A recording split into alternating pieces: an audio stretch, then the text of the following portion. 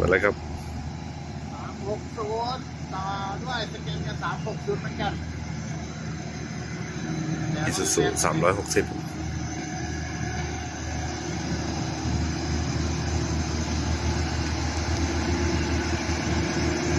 สแกนเนียเพาเดียวนะขึ้นได้อยู่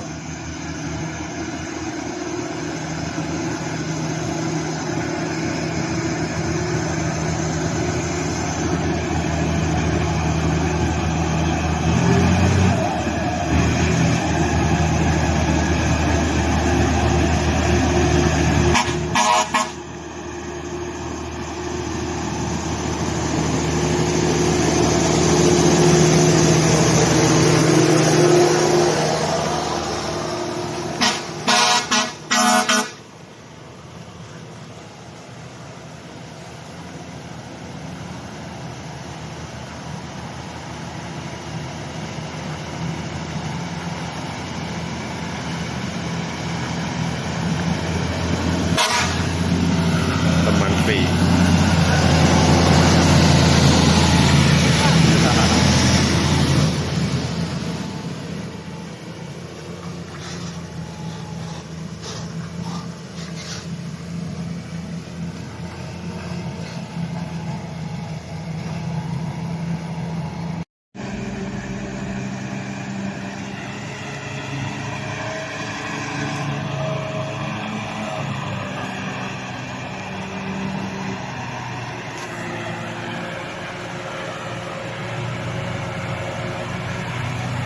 จะมีฟรีนิดหน่อยครับ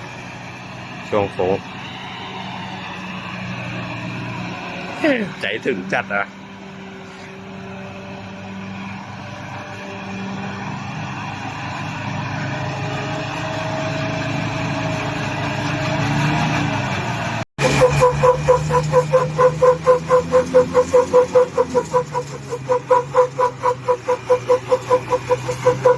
นี่ตาม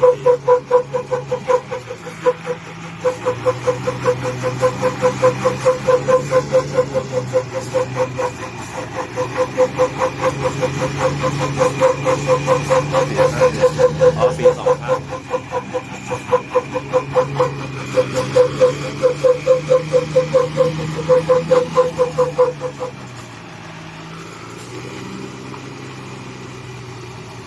ยังไม่เลย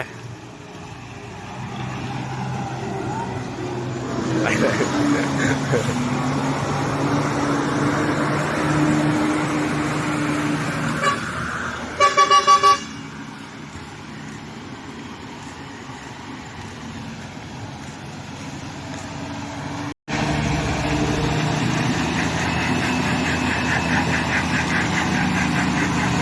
ฟรีแล้ว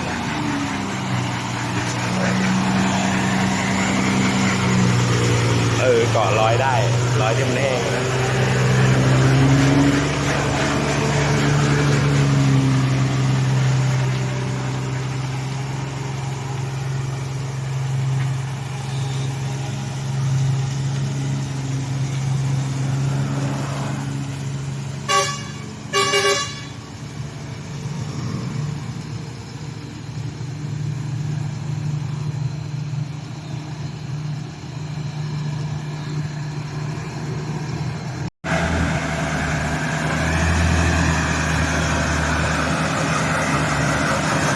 หัวสั่นหัวสาย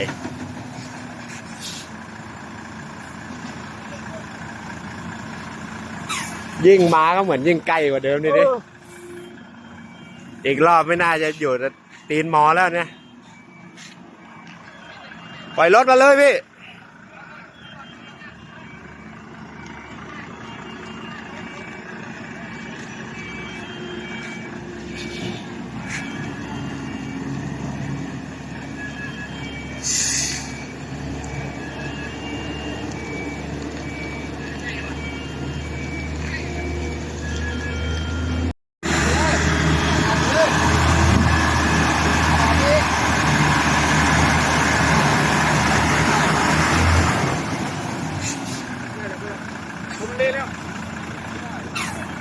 ใกล้กว่าเดิมดิเนี่ย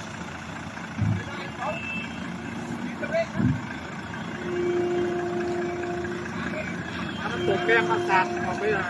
ล้างอะดีอยู่ที่เรียกแล้ว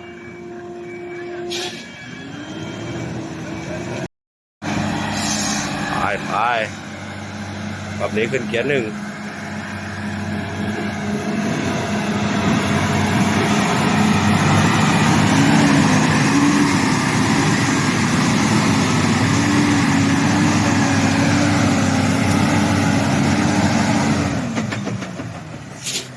ท่วม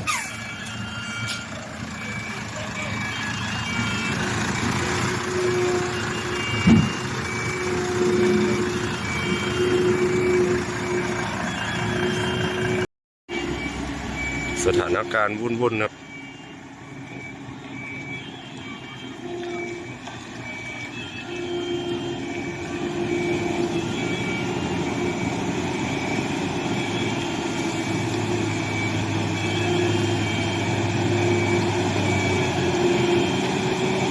ลองอีซูซูบ้างครับตอนนี้มันเริ่มลื่นแล้ว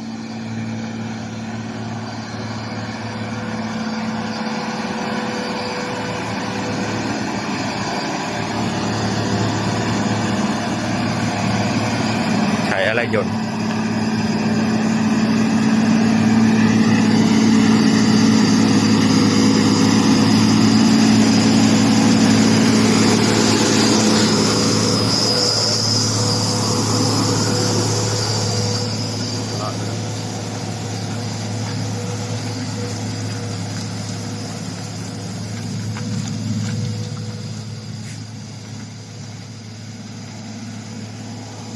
รอดไหม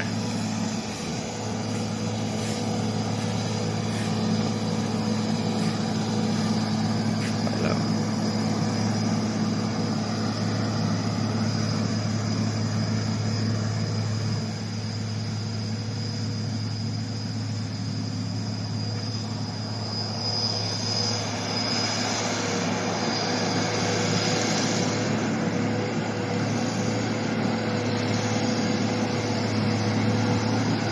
อยู่แน่ดูแล้วฟันท่วม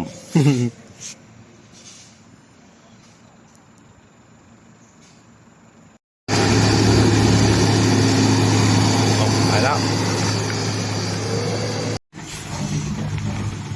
เอ้า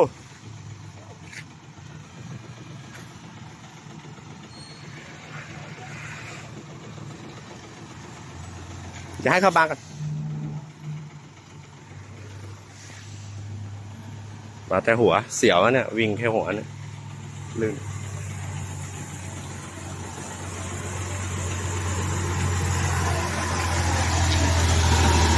ค่อยๆเด้อ